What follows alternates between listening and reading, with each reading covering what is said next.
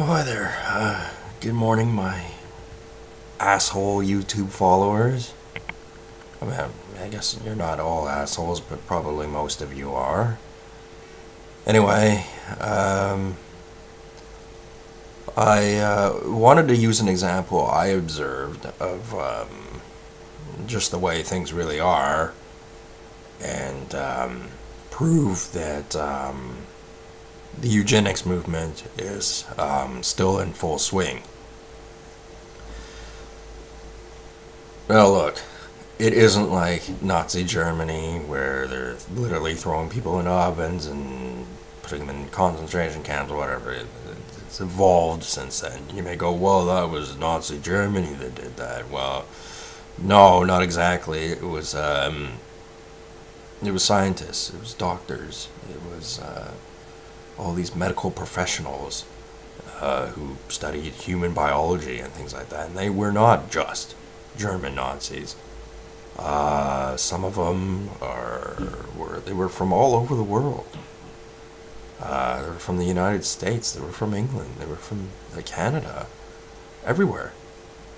I'm not going to talk about any possible eugenics programs in Asia or anything like that. That's not what I'm going to talk about.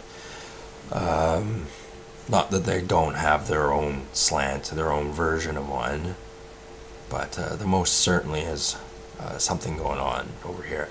And it's evolved over the years, and it's not so direct, it's indirect. Because indirect can be more effective when the need arises in the right circumstances. What I'm getting at is, there's a number of disabled people living in the community that I live in, and I run into them every once in a while. I even talk to them every now and then. They're nice guys. There's nothing wrong with them. A bit eccentric, a little bit simple, but anyway, I'll call this guy. I'll call him Fred, even though that's not his name. He has what I would call a handler, basically a butch woman who appears to be nice, but she actually looks like a dyke and a total bitch. But she sounds almost friendly when I've heard her talking to him. But I started talking to this guy, and I went, okay, yes, he is stupid. Yes, he is disabled mentally somehow. But his whole life revolves around not a very big social circle. And they're keeping this guy confused on what exactly his reality is. I know he's on income assistance, so he doesn't have much money. But there are certain concepts he doesn't have a clue about. And one of them I'll bring up is that I mentioned DVDs. I like collecting DVDs. I know he doesn't have the money to buy DVDs, and so he's obviously not interested. But he was completely surprised when I told him, well, look, if you're just downloading it off the internet or watching it on Netflix, you don't own it. It's not yours. They can take it away anytime they want. Completely blew his socks off with that one. He had no idea. And I could see the glare from his handler because she didn't like the idea of me putting thoughts into his head. And I don't entirely blame her because it would contradict her ones.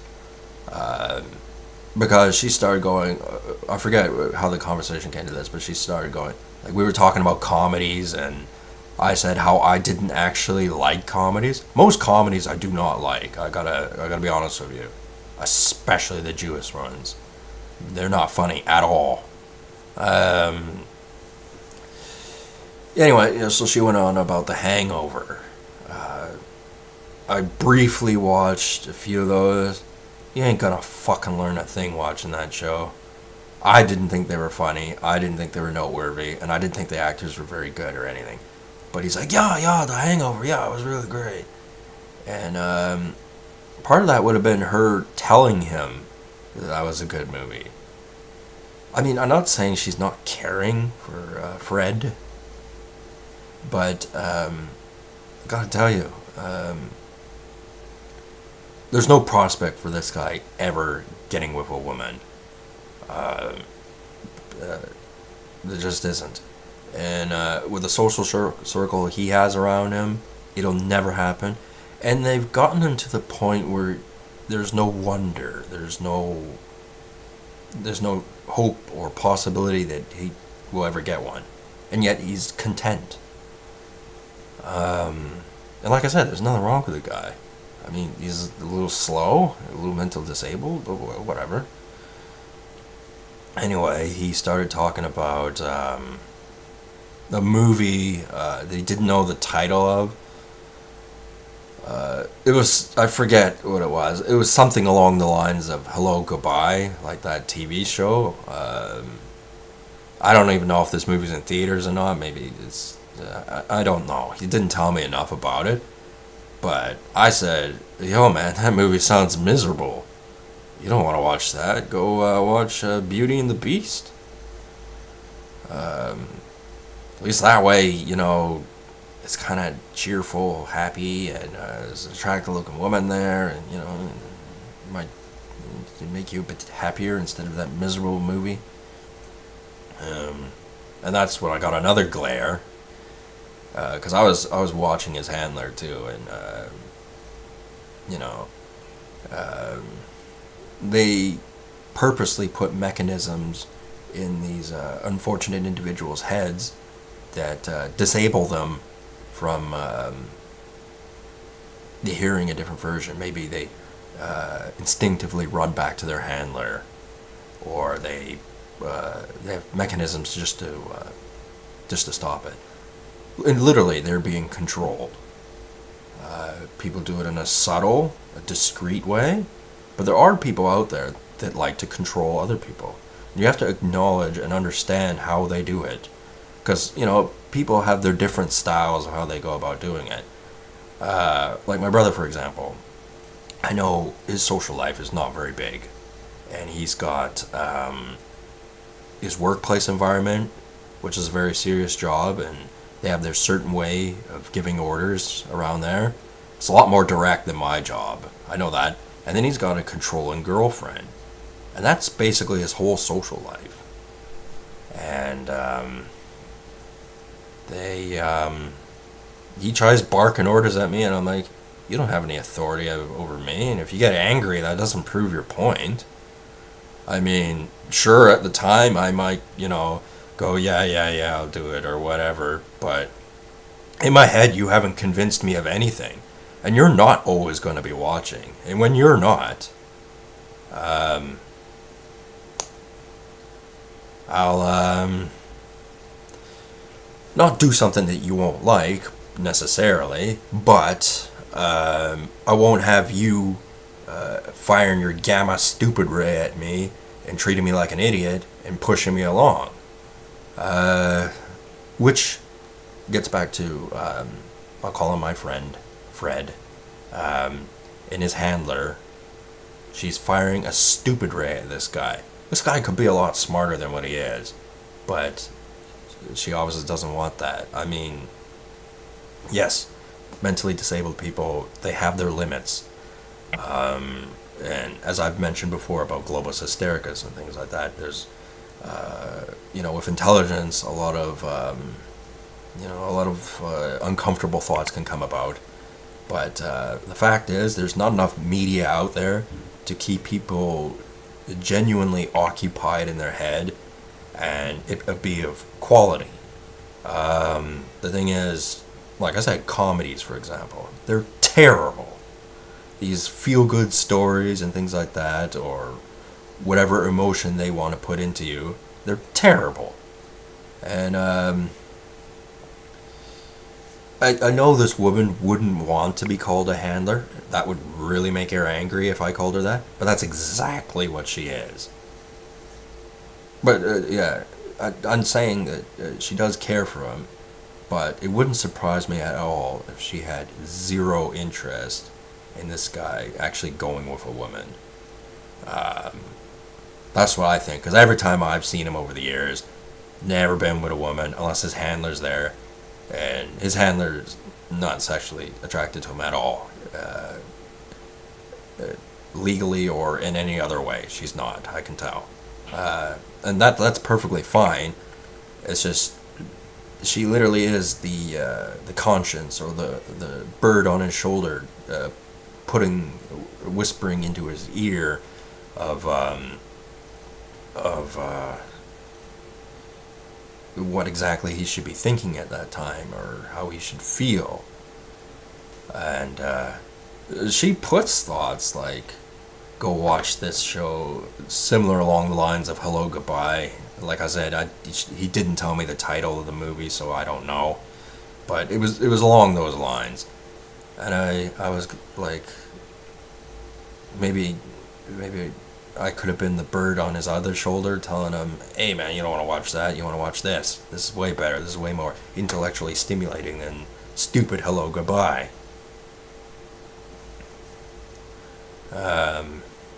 It's not my place. And you know, for the 2-3 minutes I talked to him when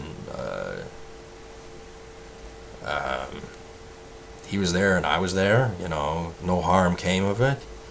I potentially may have loosened the cookie jar of his brain to new ideas. There are people out there who what they want to do is they want to control what you think.